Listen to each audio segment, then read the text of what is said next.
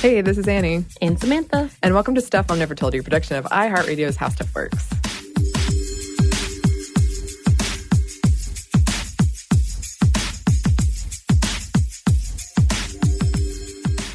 And today we're super excited to do another edition of Female First, and that means Female First. Our friend Yves is here. Yay. Hi, Yves. Hello. Thank you so much for joining us, as always. Yes, I always have a great time when I'm here, so. We do as well. Yes. We do as well. Love these moments. Yes. And you can hear Yves on This Day in History class and on Unpopular. She does all kinds of cool stuff. All the cool things. And so we're very glad that you take the time to join us and educate us about Female First. The amazing female Education firsts. is a good thing. Yes. For all of us, we all learn here, Yes. right? Yes. We try. No, we do. We Like a do. question mark. There seemed to be a Right? question mark at the end of that one. I'm not quite sure, okay, Samantha? What do you do, actually? I accidentally said that to someone once in a conversation, and it was so embarrassing. I didn't mean it to come out that way. I was just confused about their actual job. Well, yeah, I mean, that's the thing, like, that I'm really weird about. Like, when you're in social spaces, kind of the first thing you go to is, well, what do you do? Yeah. And it feels very, like, impersonal and Right. very robotic, and that's kind of like a weird, I don't know if that's an American thing or what, but that makes me very uncomfortable, and I try Okay. not to do that. Noted. Well, I love talking to like people in my family, older people, and they're like, what do you do? And I'm like, podcast. They say, what is that? I'm like, oh, Right. it's this radio thing that's not on the radio. It's on the internet. Right. Just give me this look like, what millennial nonsense are you up to? There's that, yeah. My parents were like, what? Huh? Okay. What? You talk on the radio? No. I You love get that paid to explanation. do this? Right. I love that question. Like, yeah, unfortunately, I don't know how, but Right. The one I get a lot is like, oh, like really, like officially. Right. Like they yeah. don't. Like not, you know, Yeah. in your bedroom. In your own Yeah, home. exactly. Yeah. No shade people who do that, because those Yeah. can be really good. Right. And very famous. I have Yeah. a couple of friends who do it. They are great at it. Yeah. Better than I am. Oh, don't say that, Samantha. Okay. So you're in the self-deprecation team. Yeah, I just like told me. you. That's my thing. Stop trying to steal my thing, Yves. I'll share. Yes. Yeah, we like to share around here. So who is on your mind today, Yves? Who did you bring us to talk about? So today we're going to talk about Gabriela Mistral. So we're gonna test my Spanish out was today. nice. I can't promise that it's gonna be perfect. It's not gonna be perfect. I'll just say that up front. But I'm gonna try my best, and I'm gonna do my best. And yeah, so Gabriela Mistral, she was the first Latin American poet to receive the Nobel Prize for Literature. So that's the first that we're going to talk about today. Woot. Yes. Yeah, I'm excited to try my Spanish as well. And this, I am really glad. This is someone I had not heard about. Yeah. And then when I was researching her, it gave me a wonderful opportunity. I haven't read poetry in a long time. Yeah. And, you know, it's always kind of not the same when you translate it. But it was still, I just was, it felt good. to Yeah. read some poetry. Right. Yeah, I really wanted to. I know in our past episodes we talked about a lot of American people, so I wanted to bring. So I'm glad that you hadn't heard of her because I wasn't familiar with her work either.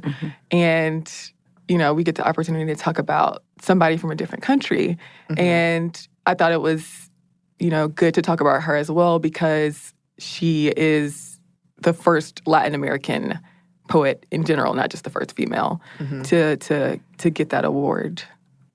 Yeah, and she has done a lot. Oh my gosh. Yes. Yes. Her story reads like a plane itinerary, basically. I mean, she's been so many places and lived in so many places. Right. Yeah. And I'm just like, okay, and then she went here, and then she went here, and then Right. she went here. I'm like, oh my gosh, Yes. it's a lot. It is. She's dark, heartbroken, my kind of person, Yeah. my kind of poet. I know, that's awful. No, we talked great. about that. My emo poetry, I will bring it in one day. I'll do it. Yes. It's, I will not. There Yeah. are a lot of pictures of fairies. Wait, you have pictures on your poetry Yes. too? They have a lot of You pictures. do a lot of Multi-talented. illustrations, apparently. Mine They're is not straightforward, good. sad, and dark, and just why? Just why? Just why? So you wrote, so I guess I'm out of the loop here. I was never a big like poetry writer. I usually wrote really? prose, yeah. Okay. Oh, yeah. I wrote a lot of poetry. I loved E. Cummings. It was one of my favorites. I just love the dark and death. But E. Cummings wasn't necessarily dark and death, but you know what I mean. Yeah. I loved his nonsense. Anyway, keep going. Oh, my God. Now let's go deep dive into our poetry because clearly one day we could win a prize. Oh, no. No, absolutely not. Absolutely not. But yeah, this was a wonderful reminder to me because I also used to write poetry and I just hadn't had the chance to experience it in a long time. So let's get into the story here because there is a lot of ground to cover. There's a lot, yeah. So she also, in addition to her poetry, was a humanist. She was also a diplomat, and she was an educator. Those were all things that were huge parts of her life. So she was born with the name Lucila Godoy Alcayaga on April 7th, 1889. And that was in the province of Coquimbo in Vicuña, Chile, which is a small town in northern Chile's Elqui Valley. And so her parents were also school teachers. Her father's name was Jerónimo Godoy Villanueva, and he was a payador, which was a musical performer who composed songs for festivals and sang with other village musicians. So he wasn't in her life for that long. He abandoned the family when she was about 3, and when he was around, he wasn't around that much. But her heritage was also of note. So both of her parents also had Basque and Native roots. So yeah, before her father left, though, he did read poetry to her. So that was a way that she had that kind of poetry influence in her life. So she was raised in Vicuña and also in nearby Monte Grande by her mother. And her mother's daughter from an earlier marriage was 15 years older than her. But she was also around, and she had some tough times in her younger years. She was falsely accused of theft. What? Yeah, she was scolded by her school teachers and stoned by classmates. Stoned? Dang, Gina. Yeah. Ooh, sorry. And in 1901, the family moved to La Serena. She eventually applied for admission to the normal school while she was there, but she was denied permission to enroll there with no explanation. But she later said that the reason she was rejected because the school knew about her publications and her support of like liberalizing education and giving people of all classes access, and that kind of wasn't viewed favorably. But school would become a huge part of her life, regardless of that fact. So when she was 15, she began working as a primary school teacher's assistant in a remote town in the Andean Mountains. And so she spent a lot of time visiting her paternal grandmother, Isabel Villanueva, who would encourage her to learn a lot more about the Bible. She encouraged her to recite from memory passages from the Bible. And so Christianity and religion and spirituality, which we'll talk about a little bit more, were huge parts of Gabriela's story and what influenced her in writing her poetry and all the themes in her poetry. So she, around this time, had been sending a lot of contributions to newspapers, regional newspapers like La Voz del Elqui in Vicuña and El Coquimbo in La Serena. And around this time, she also started to write poetry in addition to the articles she was writing for newspapers. And so early on, she was already imbued with this spirit of caring about education and specifically about girls and women's education.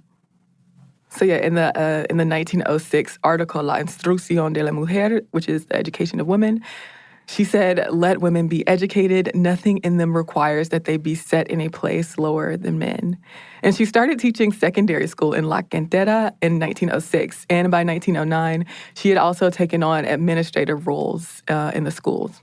And in 1908, when she first started using the pen name Gabriela Mistral, and she was contributing to newspapers still and literary magazines, just a ton of work. Right. And by 1913, she had kind of began using Mistral as her pseudonym just regularly, basically, and not using her own name in her writing. Right. And her pen name is said to have come from the names of two different poets, are from the archangel Gabriel and the northerly wind, the Mistral, from southern France. And so she fell in love with a railroad employee named Romelio Ureta. and he died by suicide in 1909. And that greatly affected her and her poetry, at least according to critics. A lot of critics said that had a huge impact on her poetry, and all that sorrow that she had and grief that she had after the death affected her. Although there have been people who said that her sonnets, which she wrote later, which we'll get to, some people have said that he was the subject of those, while others have kind of said that he wasn't the subject of those poems. They've questioned it. And we'll get to that later. I won't even tease it. Ooh. So in 1910, she got her teaching certification, even though she hadn't followed a normal course of study. And over the next few years, she went on to become a secondary school professor, an inspector general, and a school director. She was she worked her way up in this school that a lot of people were jealous that she got into, a big high school for girls in Santiago. And so it would be exhaustive to go through all of the schools that she went to. She worked in a lot of rural schools in Chile, and all of the work that she did. But all those jobs gave her the opportunity to know her country better, and than many other people who stayed there, because she traveled so much and worked with students so much. And, she had this knowledge of the country and the geography and the peoples, and those kind of became the basis for her interest in national values. And that, all of that knowledge that she had coincided with the political and intellectual knowledge about the country as a whole. And so when she was 21, she met the Minister of Education, Pedro Aguirre Cerda, who later became the president of Chile. Oh. And so he would go on to help her expand the reach of her poetry. Wow. So she kept teaching, and she was dedicated to that, and dedicated to education and her whole life and promoting that. But she also started getting into poetry at this time. So her name became really widely familiar because a lot of them were included in a primary school reader that was used all over the country and in Latin America. And she was also an active member of the Chilean Theosophical Association and adopted Buddhism as her religion at a certain point, though she later returned to Catholicism. And so what I teased earlier, the sonnets, those are the sonnets on death, los sonetos de la muerte. And she wrote those in 1914. And for that, this is kind of a defining moment in her life. She won the Juegos Florales contest. And this poem is it helped her define her voice. And people began viewing her narrative voice as her voice, her autobiographical voice. And that was one marked by sadness, loneliness, despair, passion, jealousy, kind of all of those feels. And throughout the period of 1918 to 1922, she was still working. She worked in 3 different schools. And by the early 1920s, her poetry was published in a lot of different magazines and literary journals. And so her first book was Desolación, which was a collection of poems that were previously published in newspapers and magazines. And so Columbia University professor Federico de Onís introduced her work to high school teachers looking to expand Spanish language classes in New York City. And a committee formed that worked on producing her book of poems that could be used in U.S. classrooms. And so with a grant from the Carnegie Endowment for International Peace, the Instituto de las Españas published the book in New York. So not Chile, which we'll get to in her story. She wasn't super widely recognized in Chile during her time. She was, but she got a lot of international attention instead. And so death, suffering, sadness, as you can tell by the title, Desolation, they show up a lot in Desolación. And so, like I said, she was getting more and more international attention for her poetry, which she had already had for her journalism and her public speaking.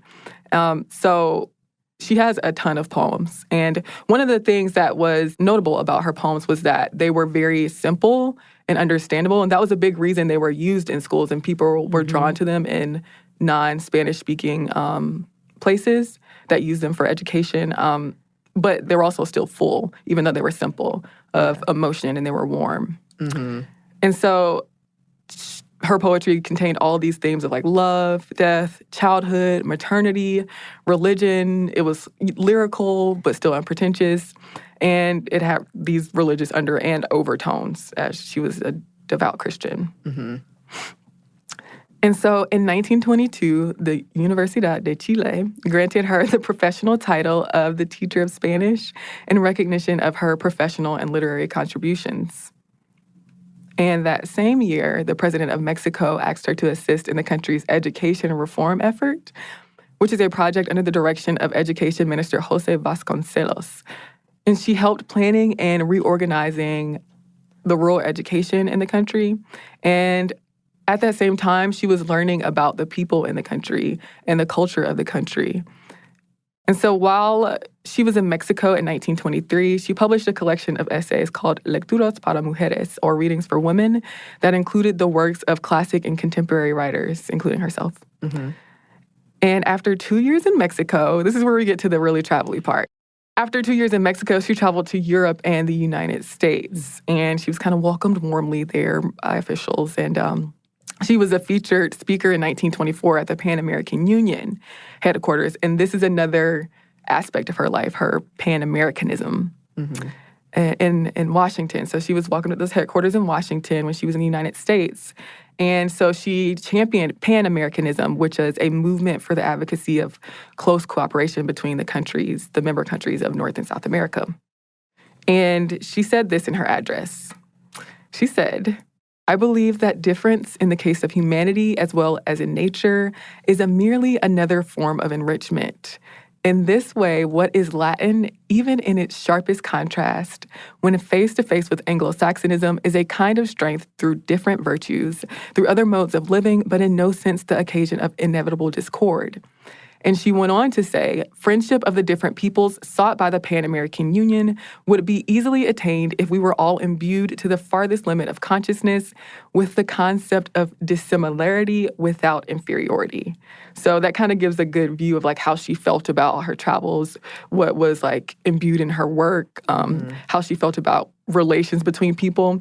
And we know, I mean, this was the 1920s, what was going on. And I only know about United States of America because, you know, this is where I live. And But like, we know what was going on here in the United States of America. And everything wasn't like butterflies and rainbows. Everybody wasn't getting along well, you know.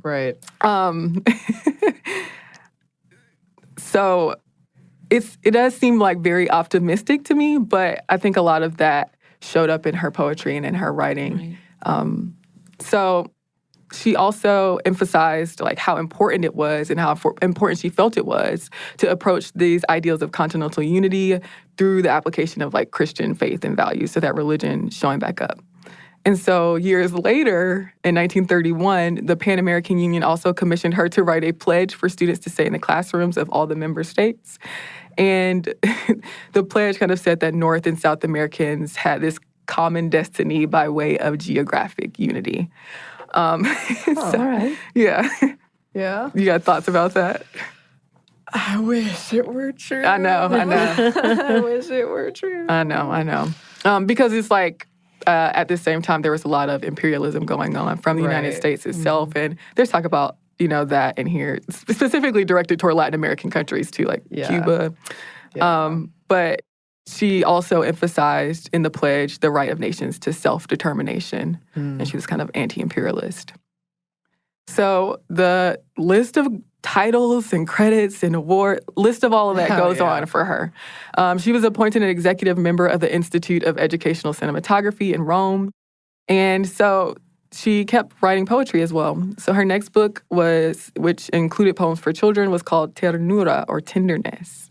And that was published in 1924 in Madrid. And that contained themes of motherhood, of childhood, of the world, and of nature. And so she wanted the book to be, and this is her quote, "Poetry for school that does not cease to be poetry because it's saturated of things of the heart, more affected by the breath of the soul."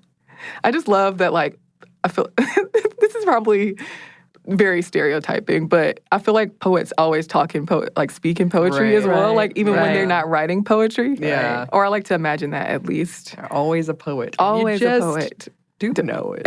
Exactly. Hi. Only the non-self-deprecating poets. Oh. Because the self-deprecating poets probably Right. Just cry. Yeah. We're like, read my stuff or don't, whatever, you know? It's going to burn anyway. It's true. There is a lot more to this story, but first, we're going to pause for a quick break for a word from our sponsor.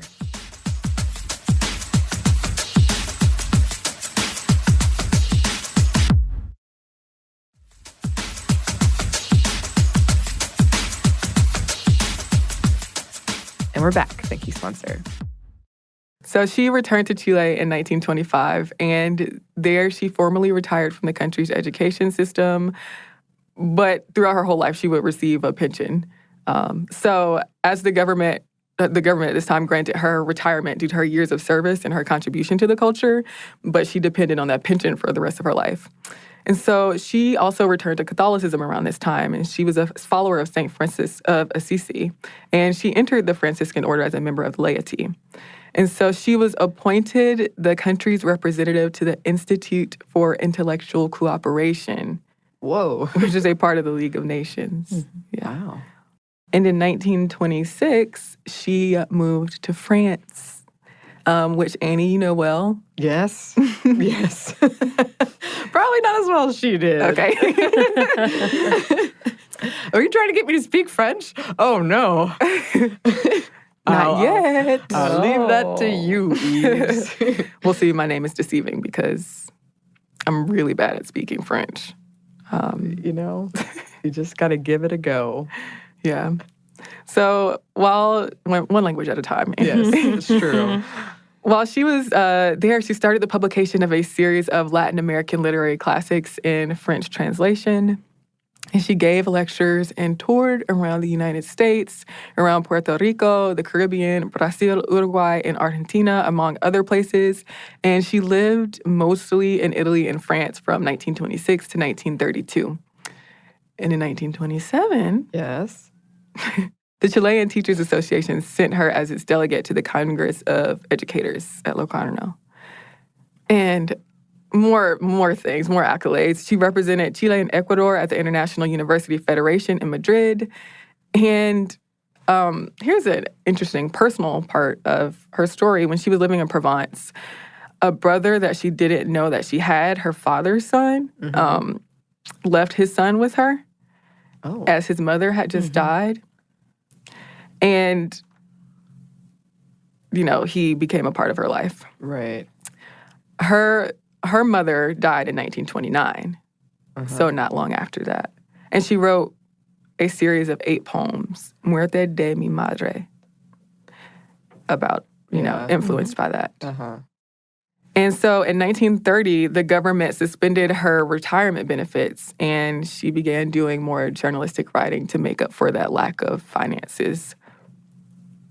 Jeez, they suspended them? Right. Yeah, she got it back, though. She got it back. Okay. I'm like worried for this person who passed. Oh, no. She made it through, you know? Yeah. Oh, yeah. She lived a full life. She did indeed. And another thing she did to, you know, keep those finances flowing during that time, she did a lot of, she went to a lot of universities. She was at Barnard College of Columbia University from 1930 to 1931. She worked at Middlebury College and Vassar College in 1931. And she gave conferences and wrote at the University of Puerto Rico at Rio Piedras.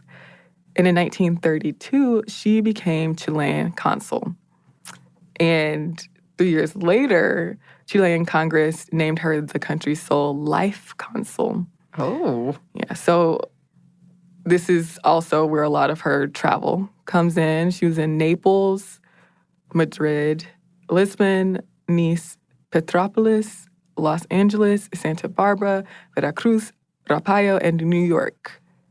And as a consul, she interacted with Pablo Neruda, who is a well-known poet from Chile, and also a diplomat and a politician.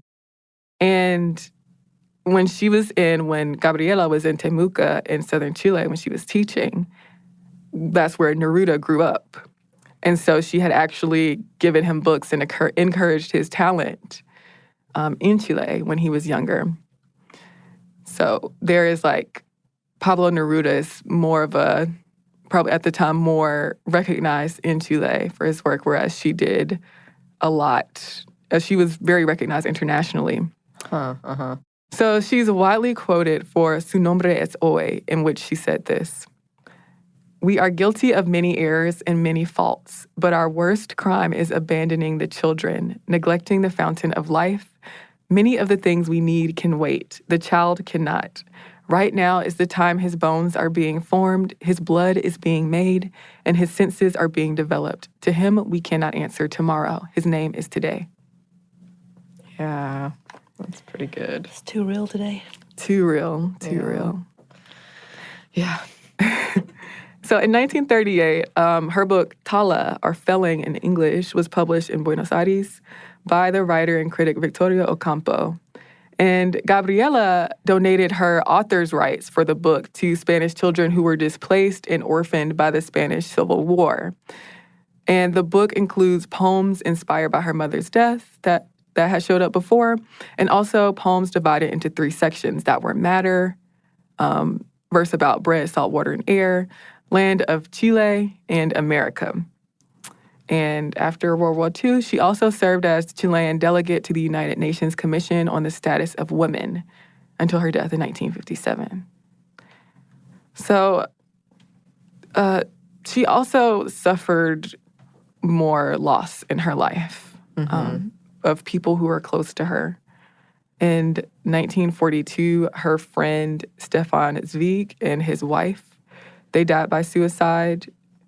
And in 1943, her nephew, the boy who she had adopted and raised as her son, who I mentioned earlier, he died from arsenic poisoning. And that was ruled as a suicide, but Mistral believed that he was murdered. Whoa, really? Yeah. Oof. That's rough. Yeah, that is really rough. And it was 2 years after that, in 1945, when she became the first Latin American to get the Nobel Prize in Literature. And she was awarded the Nobel Prize for her lyric poetry, which, inspired by powerful emotions, has made her name a symbol of the idealistic aspirations of the entire Latin American world. Her lyric poetry. What a year to get it, too. Yeah. So near the end of her life, she was writing Poema de Chile, which was a long narrative poem that she worked on, but she never finished it. And she also, in it, she explored musical poetry for children and poetry of nature. And in 1951, she was awarded the National Literature Prize in Chile. And going back to talking about the Pablo Neruda thing, he had already won the National Literature Prize in Chile years earlier. So Gabriela's last book was Lagar, or Wine Press, and that was published in 1954, her last book during her lifetime, because she did have stuff published posthumously. She went back to Santiago in 1954 as well, which was the first time she had been back to Chile since 1938. So she didn't go back to Chile much when she started. When she left, she was like, I'm gone. I'm going to check out all these places. Yeah. And she was diagnosed with terminal pancreatic cancer in 1956. In the last years of her life, she lived in Roslyn, New York. She had diabetes, and she also had heart issues, and she died in Long Island of pancreatic cancer in January of 1957 when she was 67 years old. So during her lifetime, she published around 800 essays in magazines and newspapers. And as I said earlier, she wasn't much celebrated in Chile. And there were a lot of things that were published posthumously for her. So Langston Hughes, who was a friend of hers, prepared the first volume of her poetry, translated into English, and that was published in 1957, shortly after her death. And she also had schools and libraries named after her. Her image is on the 5,000 Chilean peso banknote, which is cool. Yeah. Yeah. Hey. And I take it. Right. You want your money, your face on money, don't you? That's right. That's right. Okay. There was this image that formed of Gabriela Mistral after she died. She had public success as a figure in the U.S. when she was alive, although a lot of people were invoking her name and image in a certain way, as little of her work appeared in English when she was alive. And she criticized U.S. policy, and that could have had something to do with the lack of placement of her work in the U.S. press because of this image of like this Pan-Americanism, this image of American unity that she became a symbol of in a way. Mm-hmm. And people also uplifted her image as being a figure of national sentimentality, this conservative, kind of sad, depressed, lonely woman who kind of bent to the will of the patriarchal state and exalted motherhood. And like this image of her being as a virgin Christian pure life of like maternal service. Thinking about all the education that she was involved in during her lifetime and the themes of her work itself, kind of diametrically opposed to this idea or these ideas, this image of Pablo Neruda, who was atheist, a lot different. Yeah. But there has been since debate of her sexuality, with a lot of people saying that she was a lesbian and wasn't out about it. Mm-hmm. And even though she herself denied it, she wrote that she was not a lesbian and that the rumors were unfounded, they were silly. American Doris Dana, who was her friend, inherited Gabriela's estate, and they sent letters to each other that were published after Dana died. She was the executive of her estate. Mm-hmm. But after she died, they were published in Spanish and then later in English, not that long ago in English. And they expressed a lot of love for each other in these letters. And there's a film out there about Gabriela and her lesbianism. So that's something that, okay, even though she is kind of one of those said, not said things, it's something that's still contested, like whether I don't think we need to spend too much time on that, whether she was a lesbian or not, but it is something that's been brought up about her life. Mm-hmm. Maybe she was bisexual and they were just misrepresenting her altogether. Yeah. Why she wouldn't say she was not just a straight lesbian. Yeah. Well, so it did come up how, in her poems, thinking about the guy who died by suicide was the subject of her poetry. A lot of the times we can put heterosexuality on a poem because that's how we read it. Right. So, or that's the assumptions that we make based on the patriarchal system that we are influenced by, brainwashed by. So, kind of recontextualizing everything that she wrote, and instead of assuming that okay, maybe this relationship that she had with Doris Dana and maybe with other people were, romantic relationships. And for that reason, we can reinterpret, the way her poetry was written. She wasn't this lonely, sad, depressed woman who was like subject to the whims of the patriarchy, and it's something that's still debated and contested, but still, her work speaks for itself. This is from one of her poems. En pasando el río grande, las mariposas han vuelto, y en el aire amigo va un dulce estremecimiento, y las hojas del romero baten de su ángel sin peso, un ángel garabateado como por veras y juego. And that means, as soon as the big cold left, the butterflies returned, and in the air, my friend, is a sweet tremor, and the rosemary leaves sway under their light angel, an angel all painted as if it were for real or just for play. That's lovely. It is lovely. And very excellent job, Eve. Good job. Nicely done. Yeah. I love how she had a lot of her work was characterized by, darkness and death and all this stuff. But despite the things that she had gone through, she still had this very, it seems like, hopeful streak and this desire to help children or to be there for people who didn't have a voice, and she was providing that voice. She's one of those who, much like me, the people who consistently are in battle mode, have to let out their darkness somehow. So much like that gathers within them because they're fighting a system, which she was a fighter, seemingly within the social justice point as well, and for children and for education and for women. And so part of this poetry is to let out her grief in the parts that she can't talk about consistently when she's in the middle of trying to advocate for others. That's what it seems.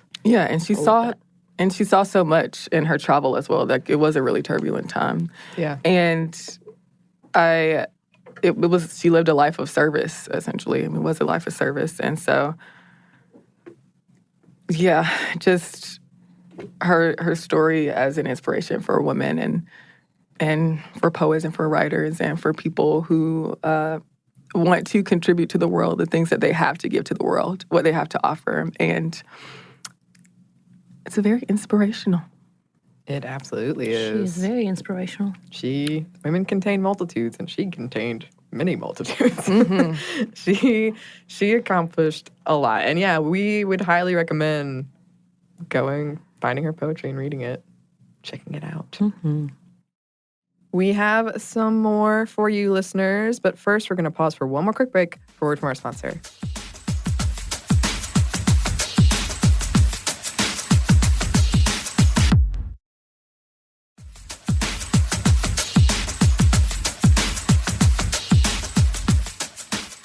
And we're back. Thank you, sponsor. Do you have anything else you want to add before we come to an end on One this more story? poem that you want to put in there? No, I won't grace people with They can't my handle too wonderful much Spanish speaking. Yeah, no, that's all. Thank you. Oh, thank you so much. That was, Awesome. awesome. I'm just so glad to have learned about her. I hope that listeners are as well. Also, just behind the scenes side note, Yves and I bonded over SpongeBob SquarePants in a ad break. And I feel very, very old as I was listening to the two of you enjoy life in SpongeBob. Thank you. Yeah, there should be a poem about that. About SpongeBob? We can About maybe finding joy in SpongeBob. Yeah. Okay, maybe we The should joys of jointly write Sponge- this. Yeah. I don't want to take credit for this. This is a joint, a team effort. Yes, and then we'll So- do a dramatic reading of it. Yes, for the office. We're not going to tell them we're going to do it. We're just going to do it. Like, The joys of SpongeBob, just period. Occasionally there is just a mic out in our open area. So What? next time, yes, but it's usually for meetings or something. I miss out on those. So next time, you and I. the question is, why aren't we doing office talent shows? That is an excellent question, Yves. I've actually thought about what talent I would do. Do you ever worry about that kind of thing? Like if somebody's like, you must perform at a talent show. Yeah, and I'm like, I have no talents. Wait. Like, I have no talents at all. Does that happen? It might at any minute. Movies tell me that it could happen. Movies tell you? Yes. We have to save the world by singing a song? You have, yeah. Well, it's very important to your reputation and thus your world that you perform well at whatever talent show. I don't think I've ever. No, I've definitely competed in a talent show. I did tap dancing. Aw. Can you tap dance still? I have a really embarrassing story about a talent show. Okay, it's not that embarrassing. I feel like it's a normally embarrassing story. When I was in elementary school. No. When I was in elementary school, we had a talent show. And do you remember the song by LL Cool J and Jennifer Lopez? You're laughing before I even get it out. It's okay, Anney. It was embarrassing. I'm not going to sing it now, but there was a song by J-Lo and LL Cool J, and okay, I'll sing it. She was like, it's such a shame that I'm leaving. Can't take the way you mistreated me. That song. I'm not going to keep singing. And I think I had LL Cool J's part, and the girl who I was performing with had J-Lo's part. And I'm pretty sure it was that way. It may have been the other way, but I knew both parts anyway, okay? Of course. You were prepared. Yeah. And then she just totally flubbed and forgot her words and just was stuck in the middle of the performance. And I had to pick it up for her. And I did it. But I was crying in the car afterwards because I was so embarrassed. And then a girl that I knew, I'm pretty sure she was like a grade older than me. But anyway, a girl who was also, I think she was also in the talent show, knocked on my window. And she said, I will never forget her face. And she said, she like motioned, I'm putting my fingers like as if there were tears running down my face. Uh-huh. And not like this is going to be in the show or anything. Oh, now it is. And she was like, I was crying too. For you? No, not for me. But that would have been really nice. But it was pretty embarrassing. But I still know that song by heart. Right, and you just felt embarrassed. I mean, I guess. Yeah, but like when you're a kid, things like that feel huge. Yeah. Right. I did a talent show and I sang a Mariah Carey song, which, by the way, I did not hit that note, just so you know. But then I performed with a girl who, there was like 3 or 4 of us. There's not even that many of us to do this talent show. And she had her whole it was a Little Mermaid song. She had a set, she had the costume and everything. And I came in with my one bad tape. Of the Mariah Carey song that I really messed up. So that's my memories. I'm like, I will never sing Mariah Carey again.